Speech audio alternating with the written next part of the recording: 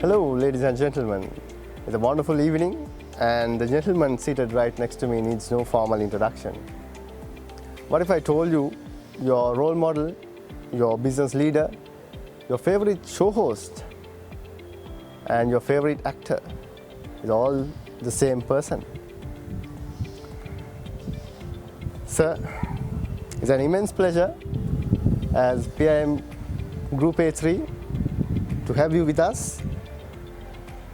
Ladies and gentlemen, please welcome Group Managing Director and CEO, Dreamron Group of Companies, Dr. Kishu Gomes. Thank you very much, Sahan. Thank you for that introduction, and thank you for your decision to select me for this wonderful discussion over the next 25 to 30 minutes time. Thank you so much. Dr. Kishu Gomes, a record breaker.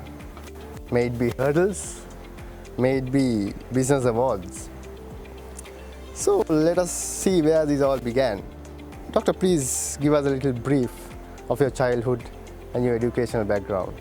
Yeah, thank you for that question, Sahan. Like any other kid, I used to do everything a kid would do during that age. So I had a few talents right from the beginning. During my childhood, I was good at doing a few things which my parents and my relatives picked and wanted me to basically go play in every area. When I say play, it's not just playing, but to get engaged in everything I could do at that very young age.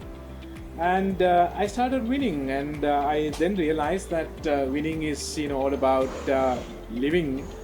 And if we want recognition, love and admiration, only way to be able to maintain that is by applying yourself and keep winning. So that was my childhood, which was very rewarding, I must say.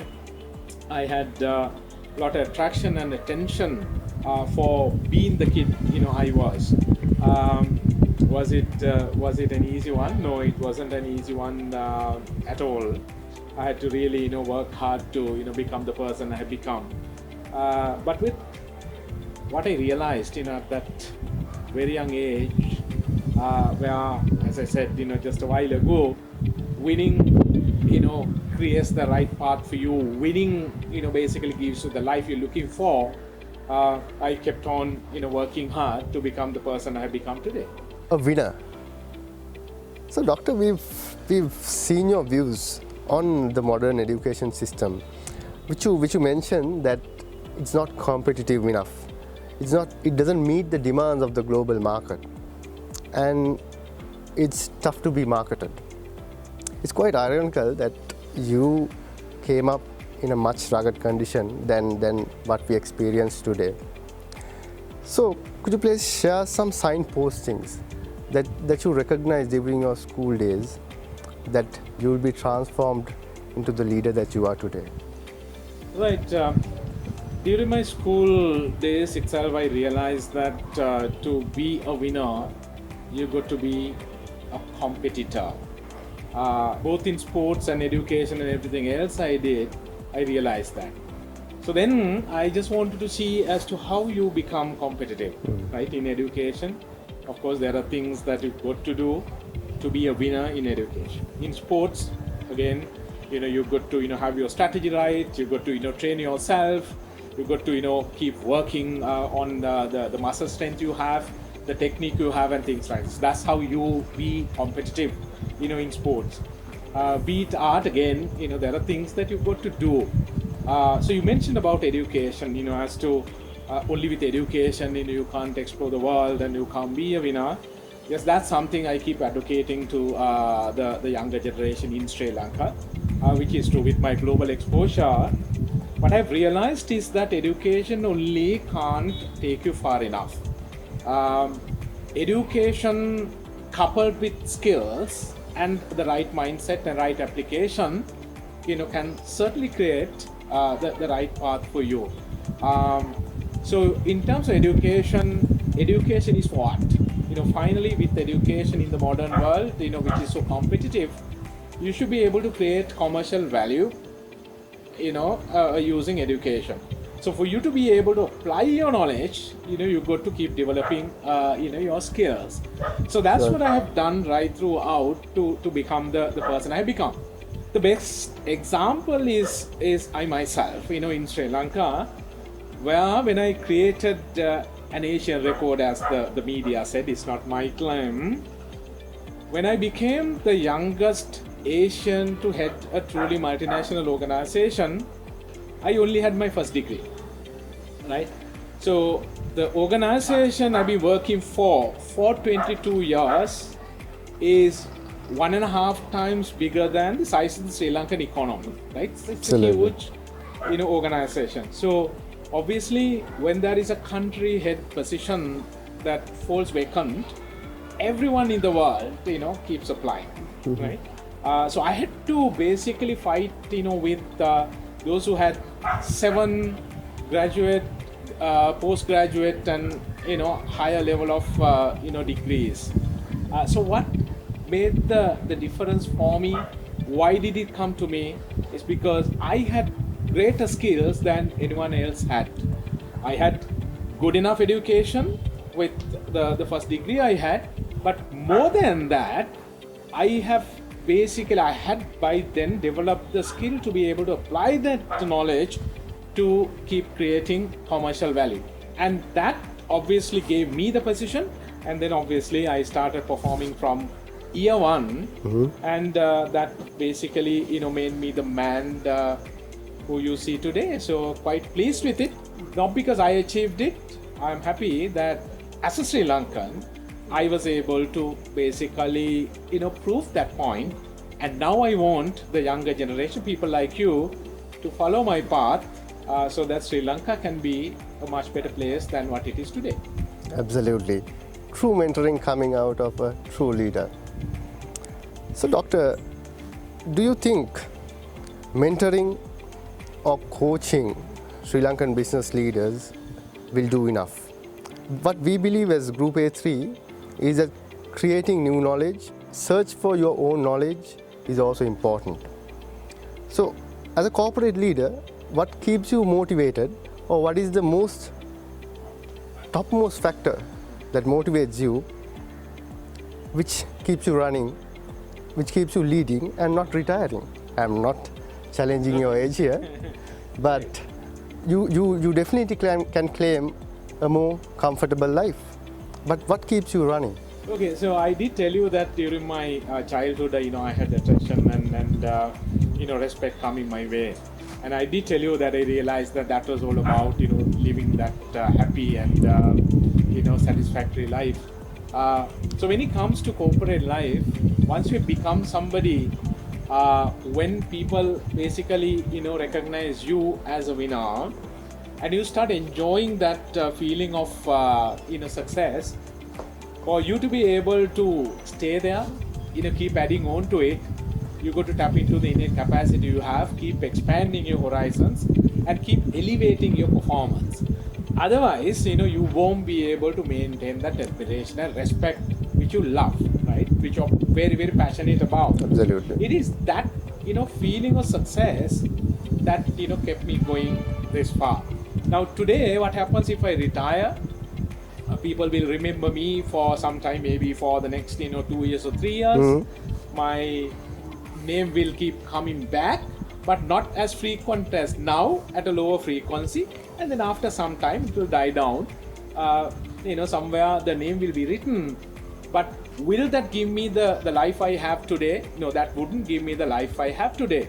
So my only goal is to keep expanding my fan base, and to be able to get into the hearts and minds of more people, and keep adding on to the stature, the level of respect being able to build, and continue in that direction. And that's the only motivation I have. The day I retire, I want people to say, this man retired, rather than saying, he retired, good that he retired. So which one do you want? Absolutely. That's coming just as you wish. I'm quite sure. You are a living witness of vibrancy, I would say. May it be food and beverage, or may it be vehicle lubricants, 18 plus years, 10 plus years. I mean, may it be tourism, total different sector. So I think you are the best person to throw this question at. In your opinion, what is the most misused or the most misunderstood power that leaders hold in the Sri Lankan corporates? It's mainly the position power people try to use to lead.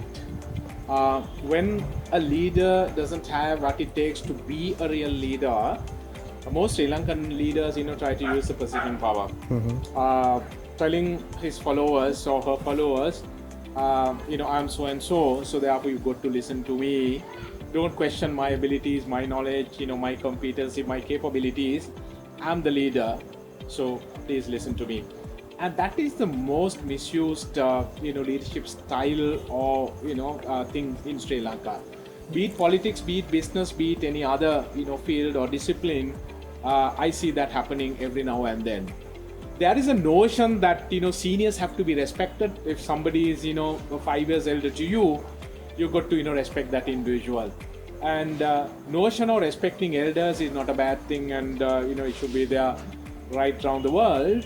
But when it comes to professional life, what matters is your capability, how good you are, and whether you have what it takes to be a real leader, to be able to provide the leadership to the people, and using that power, that confidence, that intellect, that wisdom and instinct that you have to be able to guide the people. But not every leader does it in Sri Lanka. You know it, I know it. So that I would say is the most misused thing in Sri Lankan leadership. Brilliant, brilliant. So just another question going with it. You've mentioned at several points, and we are actually mesmerized about your school of thought regarding this. You mentioned that you don't see much difference of uncertainty, pre-COVID and mid-COVID. You've always seen uncertainty in business. So please enlighten us on how you create the fact of resilience in the business line that you are currently operating in. Sahan, what we have to realize is that the environment we play our game in would always be uncertain. We are now saying because there is a pandemic, things are very uncertain. The global economy is very volatile, and as a result of that, and due to various other reasons, Sri Lankan economy is very volatile as well. So today we say the environment is uncertain because of those factors.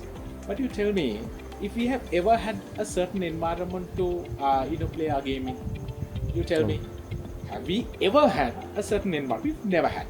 It has always been uncertain. It's due to this reason now. And if there being some other reason, some different reason, then so it has always been uncertain. So in an uncertain environment, you try to stabilize yourself by strategic alignment, understanding what has changed, and then how effective your strategies can continue to be in that changed environment, and getting that alignment and realignment of your strategies, and you being certain of what you need to do and how you need to do things. So that's how you build resilience. It's not something that will be gifted. It's a mindset and how you play the game. So that's the kind of attitude Sri Lankan leaders need to have.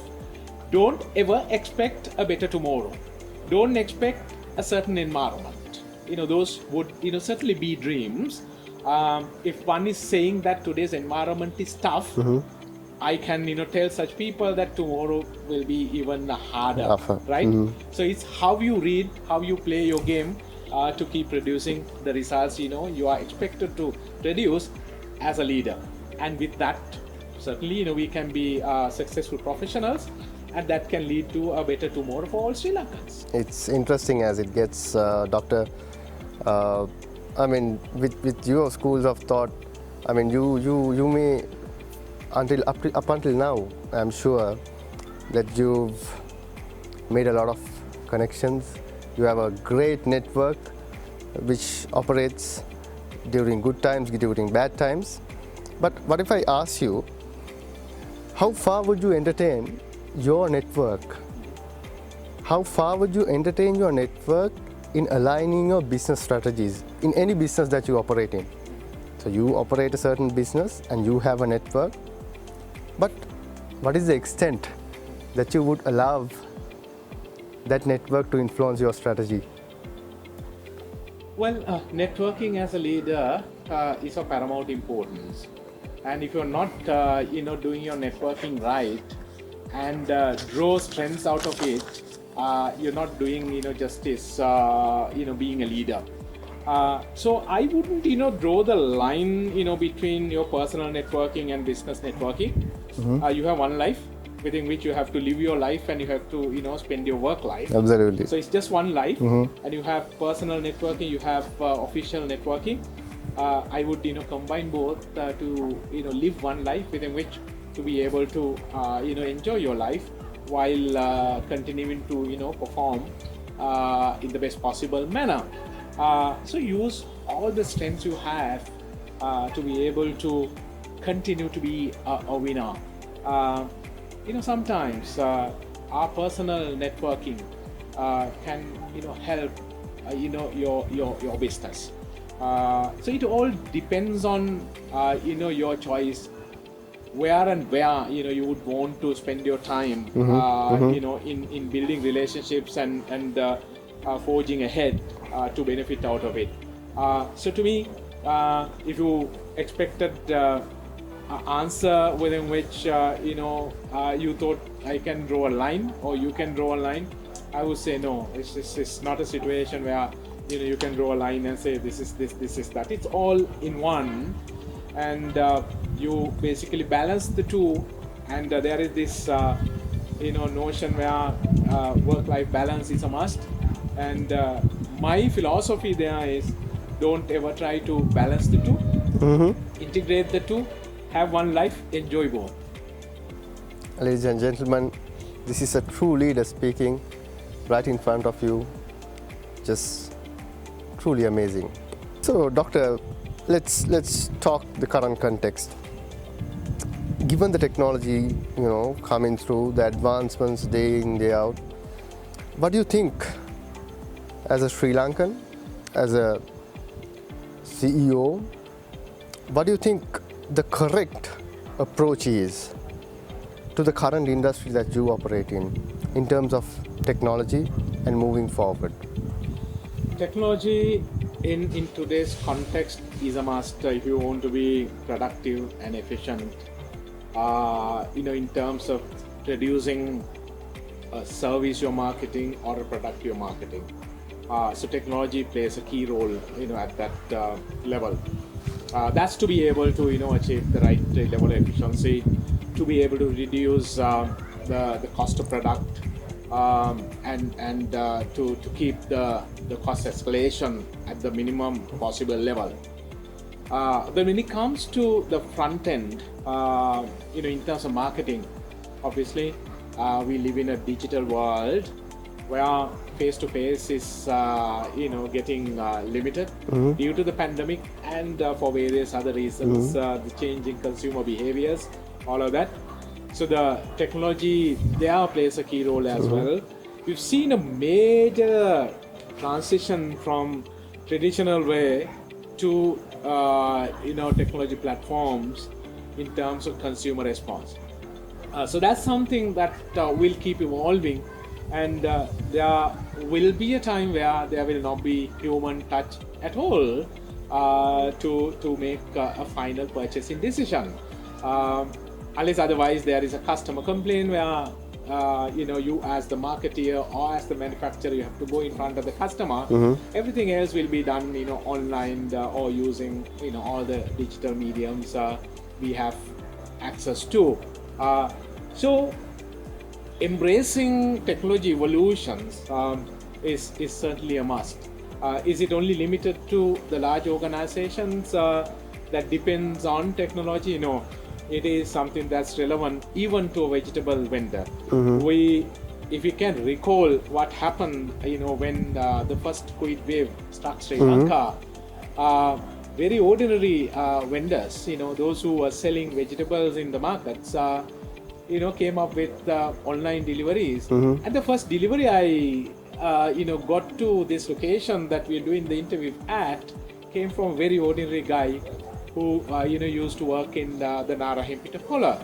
So see how Brilliant. these people who had no, clue about technology embraced technology which was forced on them, right? How they responded to it. So if they were able to embrace that and get that right alignment, who can't do it? So, Dr. Kishu, you've involved yourself in a range of industries.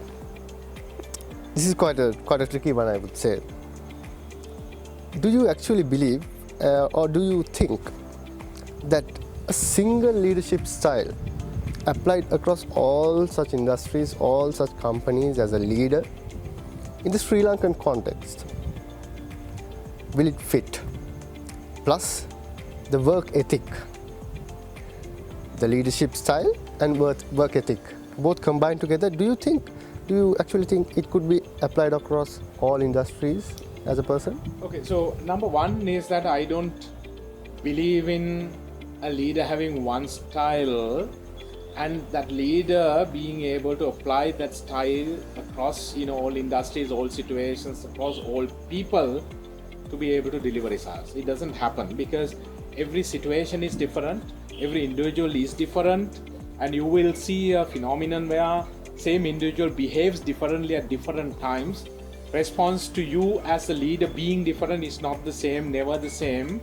So you should certainly be able to apply multiple styles to bring situations under control and to be able to keep performing under different conditions. The pandemic environment demands a certain style, right? Where you got to have the highest speed possible. You can't allow time for people to get adjusted and get the alignment and pick up the knowledge and accelerate and then perform. If you want results today, you want results today. So leaders should have the style to be able to get what you need today, right? Not tomorrow. So certainly I believe in having multiple styles in every leader to be able to navigate all these diversities that I spoke of. But having said that, there are certain styles that can cut across many industries. Coaching is one, because as a leader, you keep coaching people because leader is someone who gets the work done. A leader, is not someone who will go down to the floor level and then work day in day out. To be an example, you would do that, but that's not something that you can do on a daily basis. So, coaching, sharing your knowledge. You are a leader because you have superior knowledge. You are a leader because you have superior skills. You are a leader, you have broad horizons. So obviously you got to keep coaching your people. The other one I would say is delegation. Again, due to the fact that you get the work done, you have employed people and it's their job to ensure that they perform effectively in different roles they are assigned to, and you need to get the work done. So therefore, with coaching you delegate work, and then with using that delegation they keep performing and you got to keep managing that. So those are two styles any leader should have in any industry at any given time. But when it comes to most of the other leadership styles, if you have to be autocratic due to a certain business reason, an individual behaving in such a way where being an autocrat is the way to deal with that, you got to be that. Otherwise, you will never be able to perform under different conditions and different situations at different times, at the expected level. Thank you, Doctor. Quite insightful, ladies and gentlemen. So, to wrap up, we have a final question to Dr. Kishu Gomes. What would be that one advice you would give a school leaver in Sri Lanka aspiring to be a business leader with good ethics? What would be that one advice that you would give him or her? I'll take the second part first. You've got to be ethical in everything you do, right? There is no negotiation. Can you be half ethical? No, you have to be perfect in, in the area of being ethical. So that's a given. You embrace it. You live by that. You be that, right? What is advice? Be the best competitor you can be. The moment the word competition or competitor is heard, your mind goes to the external world. It's not about that. Competition is not that. Competition is all about competing against you, being the best you can be. So what does that entail? It's all about keep strengthening the strengths you got to have greater level of strengths. You can basically gain and maintain and work on, nurture, grow. The other is all of us, how much ever successful we are, we all have weaknesses. Recognizing those weaknesses and keep telling yourself that you've got to eliminate the weaknesses you have, right? So in doing so, the best advice I can give is undertake to do things that you cannot do. Because as long as one keeps doing what he or she can do, you wouldn't be expanding the innate capacity you have. Because you got the knowledge, you keep performing, that's what you can do, you've done it before. So you tell me how it can keep growing you? It can't. So be determined to do things that you cannot do with who you are and what you are. Then you will discover that there is a gap between what you want to achieve and what you need to have to be able to achieve that. And you recognize that, you work on it, you will continue to keep growing yourself to be the leader you want to be. And when you be successful as a leader, make sure that you share the success of that leadership with others.